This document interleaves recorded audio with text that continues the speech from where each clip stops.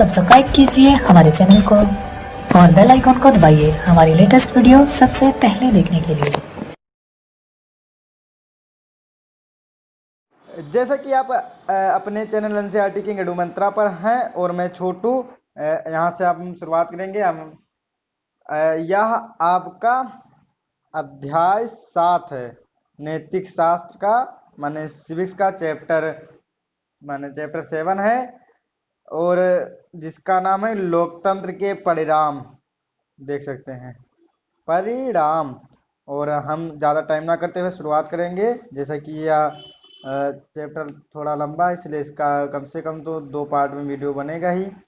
तो ज़्यादा टाइम ना करते हुए हम शुरुआत करेंगे और यहाँ इसे का परिचय से शुरुआत करेंगे, जैसा कि हम सब वीडियो में करते आए हैं तो इसमें भी करेंगे। जब कि हम लोकतंत्र की अपनी यात्रा के आखिरी पड़ाव पर हैं, तब विशिष्ट बातों की चर्चा से आगे जाने और कुछ किस्म के सवाल पूछने का वक्त आ गया। अब देखिएगा वह वक्त कौन सा है। वक्त इसमें उर्दू का भी यूज किया गया है। वैसे जैसे यही कि लोकतंत्र क्या करता है, देखिए सवाल इसका, अथवा यह कि लोकतंत्र हम अमूमन किन परिणामों की उम्मीद रखते हैं। देखिए आप, साथ ही यह सवाल भी पूछा जा सकता है कि क्या वास्तविक जीवन में लोकतंत्र इन उम्मीदों का पूरा करता है। लोकतंत्र के परिणामों का मूल्यांकन कैसे करें, हम इन्हीं बातों से अध्याय की शुरुआत करेंगे। इस विषय पर विचार करने के बारे में कुछ बातों को स्पष्ट कर लेने के बाद हम इस बात पर गौर करेंगे कि विभिन्न मामलों में लोकतंत्र कैसे परिणाम वांछित है। और मैंने ऊपर दिए गए सवालों का जवाब भी हम बुक में पूरा पा जाएंगे। वैसे देखें और वास्तविक धरातल पर क्या परिणाम आते हैं, इसके लिए हम लोकतंत्र के विभिन्न पहलुओं मसलन माने उदाहरण, शासन के स्वरूप, आर्थिक कल्याण, समानता, सामाजिक अंतर और टकराव तथा आखिर में आजादी का स्वाभिमान जैसे मामलों पर गौर करेंगे। इस तलाश से हमें सकारात्मक परिणाम मिलेंगे, लेकिन इन परिणामों के साथ कई सवाल और शंकाएं भी लगी हुई हैं।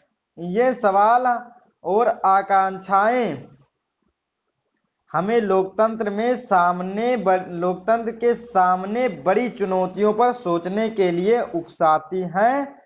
हम अगले और अंतिम अध्याय में विचार करेंगे और बाकी जिस पर हम और लोकतंत्र के परिणामों का मूल्यांकन कैसे करें। या आप देखिए अब इसके बारे में, क्या आपको याद है कि मैडम लिंगदो की कक्षा में छात्रों ने लोकतंत्र के बारे में कैसी बातें की थी। आपने इसे कक्षा 9 की पाठ्य पुस्तक के दूसरे अध्याय में पढ़ा था।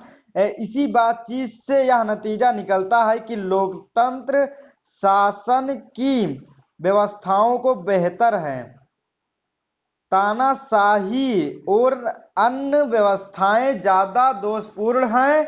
लोकतंत्र को सबसे बेहतर बताया गया था क्योंकि यह, देखिए लोकतंत्र क्यों बेहतर है, क्योंकि यह नागरिकों में समानता को बढ़ावा देता है। और आप दूसरा देखिए, व्यक्ति की गरिमा को बढ़ाता है। तो आप याद रखिएगा, जहां पर व्यक्ति की गरिमा और नागरिकों की फायदा होगा तहां तो बढ़िया रहेगा ही। इससे फैसलों में बेहतरी आती है, टकरावों को टालने संभालने का तरीका देता है और इसमें गलतियों को सुधारने की गुंजाइश होती है। याद रखिएगा, लोकतंत्र में गलतियों को सुधारने की गुंजाइश होती है। क्या ये उम्मीदें लोकतांत्रिक शासन व्यवस्थाओं को पूरा होती हैं। अपने आसपास के लोगों से बात करें तो पाएंगे कि अधिकांश लोग अन्य किसी भी वैकल्पिक शासन व्यवस्था की तुलना में लोकतंत्र को पसंद करते हैं, अधिकांश लोग को आप देखेंगे। लेकिन लोकतांत्रिक शासन के कामकाज से संतुष्ट होने वालों की संख्या उतनी बड़ी नहीं होती। सो हम एक दुविधा की स्थिति में आ जाते हैं। सैद्धांतिक रूप में तो लोकतंत्र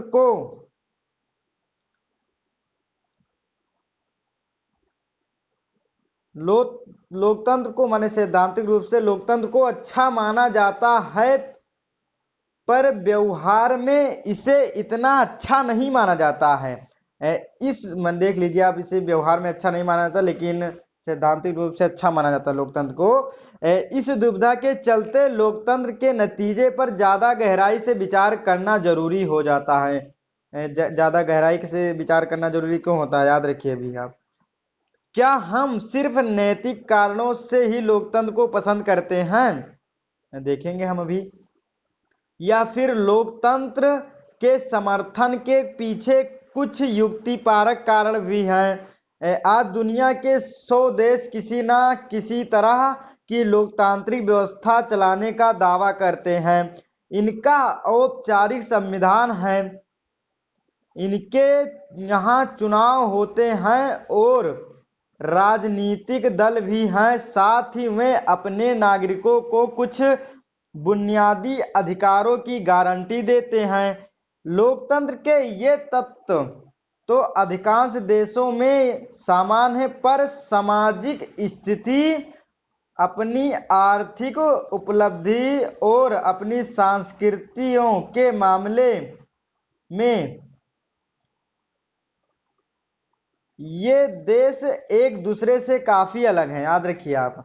स्पष्ट है कि इन सबका लोकतांत्रिक शासन व्यवस्था के नतीजों पर भी असर पड़ता है, और एक जगह जो उपलब्धि हो वह दूसरी जगह उसी तरह दिखे या जरूरी नहीं है। माने जो एक जगह उपलब्धि हो दूसरी जगह उसी तरह देखे, ऐसा नहीं है।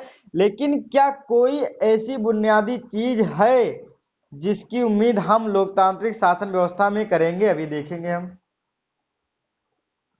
कई बार हम लोकतंत्र को हर मर्ज की दवा मान लेते हैं और उससे हर चीज की उम्मीद करने लगते हैं। लोकतंत्र के प्रति अपनी दिलचस्पी और दीवानगी के चलते अक्सर हम यह कह बैठते हैं कि लोकतंत्र सभी सामाजिक, आर्थिक, राजनीतिक समस्याओं का समाधान करता है।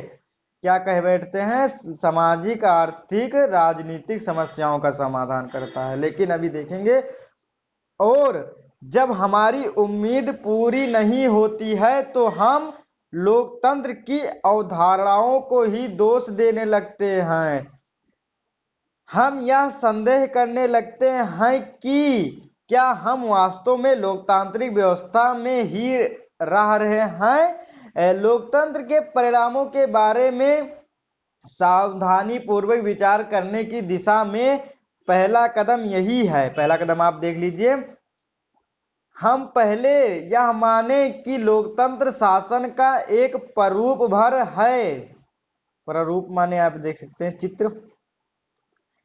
यह कुछ चीजों को हासिल करने की स्थिति तो बना सकता है, पर नागरिकों को ही उन स्थितियों को लाभ लेकर अपने लक्ष्यों को हासिल करना होता है।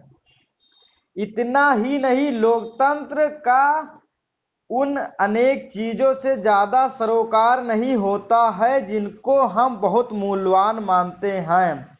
देखेंगे भी, लोकतंत्र हमारी सामाजिक बुराइयों को मिटा देने वाली जादू की छड़ी भी नहीं है, याद रखिएगा। जो आइए हम उन कुछ चीजों की जांच करें जिनकी उम्मीद हम लोकतांत्रिक व्यवस्था से माने हर लोकतांत्रिक व्यवस्था से की जा सकती है, और साथ ही लोकतंत्र के रिकॉर्ड पर भी नजर डालें। हम देखेंगे, हम यहां से नीचे पहला हम देखेंगे टॉपिक आपका ये है उत्तरदायी, जिम्मेवार और वैध शासन। आप उत्तरदायी और जिम्मेवार और वैध शासन देखिए। कुछ ऐसी चीज हैं जिन्हें लोकतंत्र को पूरा करना चाहिए। लोकतंत्र में सबसे बड़ी चिंता यह होती है, देखिए चिंता क्या होती है, कि लोगों का अपना शासन माने शासक चुनने का अधिकार और शासकों पर नियंत्रण बरकरार रहे। वक्त और यथासंभव इन चीजों के लिए लोगों को निर्णय प्रक्रिया में भागीदारी करने का सक्षम होना चाहिए, ताकि लोगों के प्रति जिम्मेवार सरकार बन सके, माने जिम्मेदार सरकार। और सरकार लोगों की जरूरतों और उम्मीदों पर ध्यान दे। इस सवाल के तफसील में जाने से पहले, माने गहराई, ये उर्दू लफ्ज है, जैसे गहराई में जाने से पहले हमारे सामने एक मामूली सा जान पड़ता है। सवाल यह भी है, एक लोकतांत्रिक सरकार कार्यकुशल होती है? अभी देखेंगे इसका जवाब। सवाल, बहुत सवाल इसमें दिया गया है, आप उसे जरूर गौर से पढ़ सुनिएगा, ताकि आपके पेपर में भी आ सकता है ये सवाल है। क्या यह प्रभावी होती है? ये भी देखिए आप। कुछ लोगों का मानना है कि लोकतंत्र में कम प्रभावी सरकारें बनती हैं। निश्चित रूप से यह सही है कि कम प्रभावी सरकारें बनती हैं, और माने सही है कि अलोकतांत्रिक सरकारों को विधायिका का सामना नहीं करना होता। अलोकतांत्रिक सरकार अभी देखे जाएगा, उन्हें बहुसंख्यक या अल्पसंख्यक नजरिए का ख्याल नहीं रखना पड़ता है। लोकतंत्र में बातचीत और मोल तोल के आधार पर काम चलता है। क्या इससे लोकतांत्रिक सरकारें कम प्रभावशाली हो जाती हैं? अभी हम देखेंगे। आइए अब हम फैसलों को मूल्य के हिसाब से तोलने की कोशिश करें। ऐसी सरकार की कल्पना कीजिए जो बहुत तेज फैसले लेती है, लेकिन यह सरकार ऐसे फैसले भी ले सकती है जिसे लोग स्वीकार ना करें, तो और तब ऐसे फैसले से परेशानी हो सकती है। इसकी तुलना में लोकतांत्रिक सरकार सारी प्रक्रिया पूरा करने में ज्यादा समय ले सकती है। लेकिन इसने पूरी प्रक्रिया को माना है, इसलिए इस बात को ज्यादा संभावना है कि लोग उसके फैसले को मानेंगे और वह ज्यादा प्रभावी होंगे। इस प्रकार लोकतांत्रिक फैसले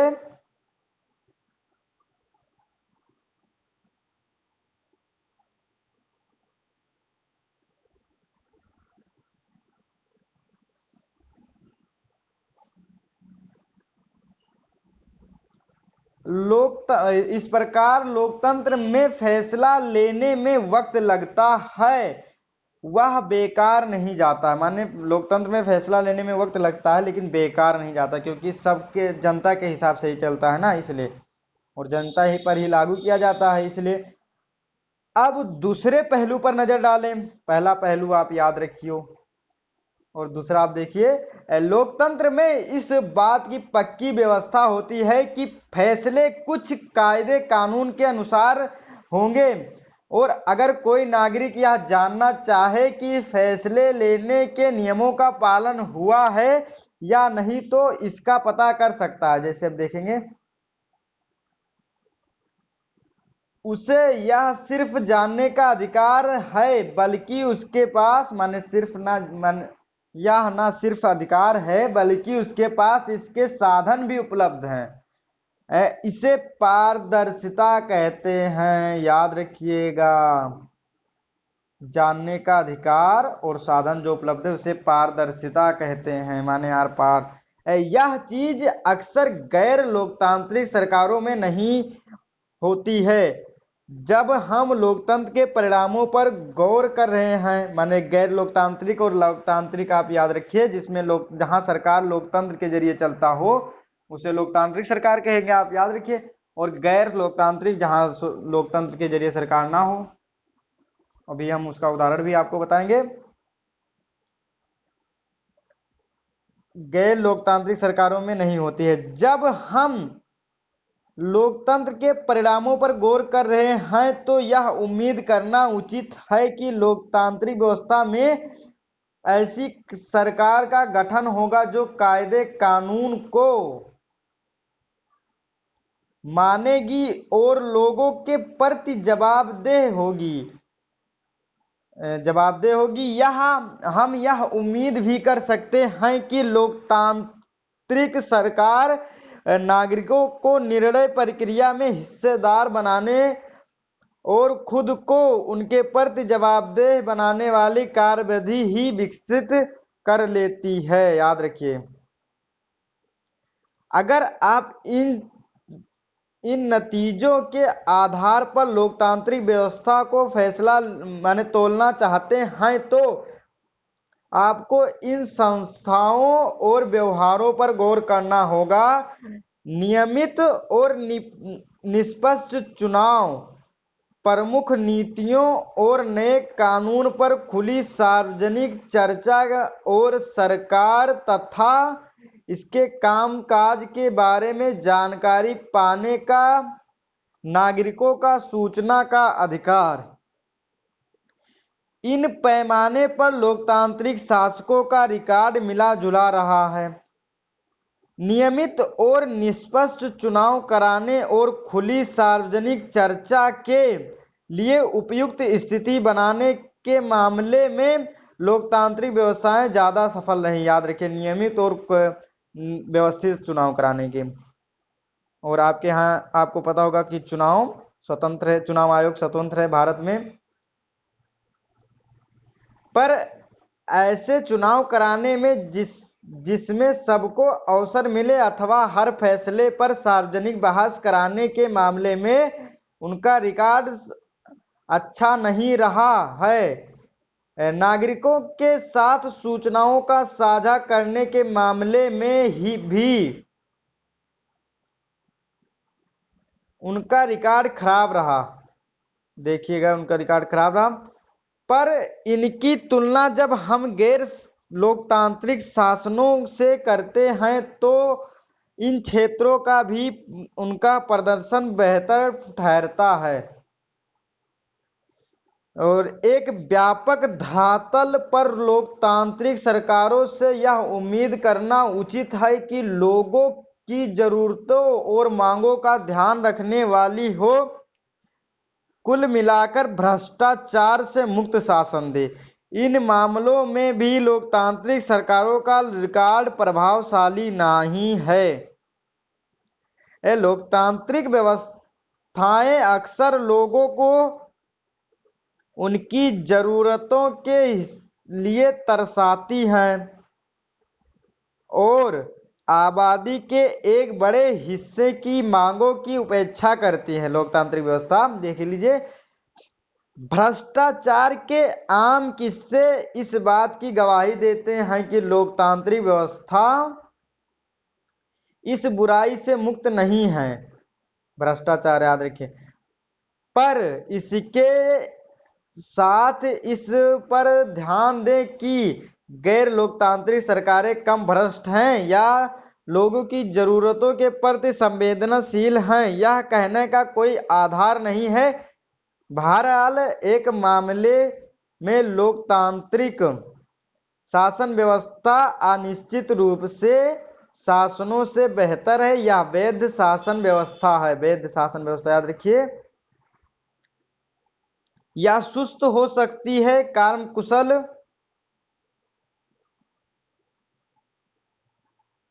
हो सकती है, सुस्त हो सकती है, कार्यकुशल हो सकती है, माने टाइम लगा सकती है।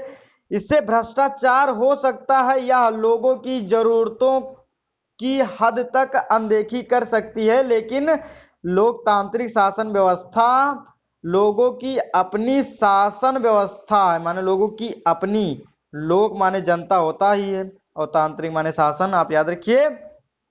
तो लोगों की अपनी व्यवस्था है। इसी कारण पूरी दुनिया में लोकतंत्र के विचार के प्रति जबरदस्त समर्थन है। क्या कारण है आप याद रखिए। साथ दिए गए दक्षिण एशिया के परिणामों से जाहिर है कि यह समर्थन, याद रखिए क्या समर्थन, लोकतांत्रिक शासन वाले मुल्कों में तो है ही, उन देशों में यह लोकतांत्रिक सरकारें नहीं हैं।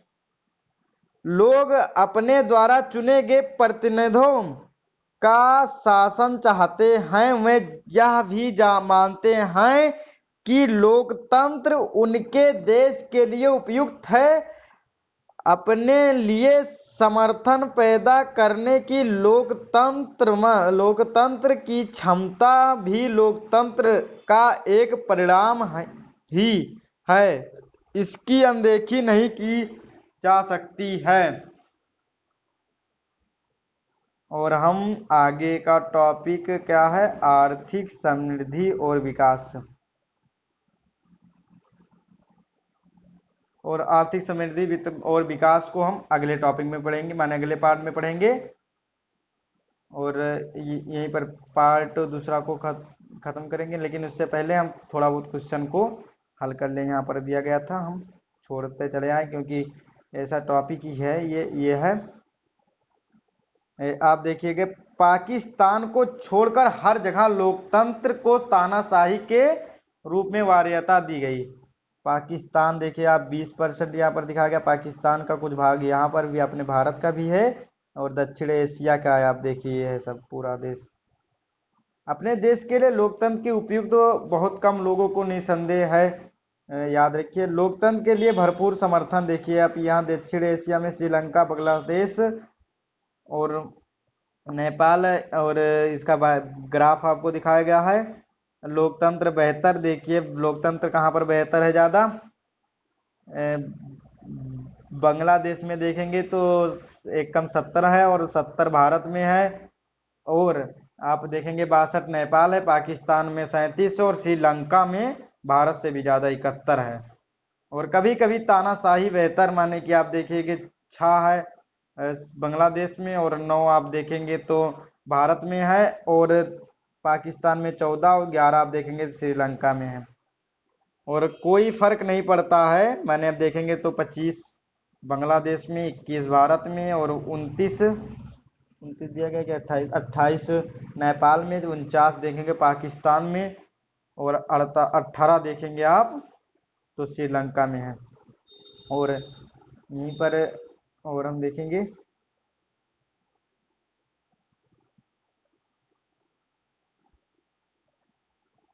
तो देखिए एक बात बताया गया है कोई तो इसका मतलब यह है कि लोकतंत्र व्यवस्था की सबसे बड़ी उपलब्धि है लोकतंत्र व्यवस्था ही है। इसमें मानसिक कसरत के बाद हमने यही नतीजा निकलता है ना। हाँ ये बात तो सही है, लोकतंत्र बढ़िया माने अच्छा व्यवस्था ही है। आप लोग भी चाहेंगे कि लोकतंत्र है ताकि जनता का तंत्र, और आप जनता में ज़्यादा अधिक से अधिक जुड़ेंगे। क्या आप इस बात की कल्पना कर सकते हैं कि आपके सरकार आपके परिवार के बारे में क्या जानती हैं और कैसे जानती हैं, जैसे राशन कार्ड, मतदान पहचान पत्र। सरकार के बारे में जानकारी के लिए आपके पास कौन कौन से स्रोत हैं। आप सरकार के बारे में देखेंगे राशन कार्ड, और उसके बारे में आपको सरकार जानता है, और आपके पास तो आधार कार्ड भी चालू हो गया है और आप देख सकते हैं। और ये तो दूरबीन दिखाया गया है, आप इसे ख्याल कर सकते हैं। और ज़्यादा टाइम न करते हुए अब इसको ख़त्म करते हैं, और पार्ट 2 का लिंक मैं डिस्क्रिप्शन में दे दूंगा। और जैसा कि पार्ट 1 ये आपका ख़त्म होता है और उसका लिंक दे दूंगा। और आपको देखने के लिए धन्यवाद।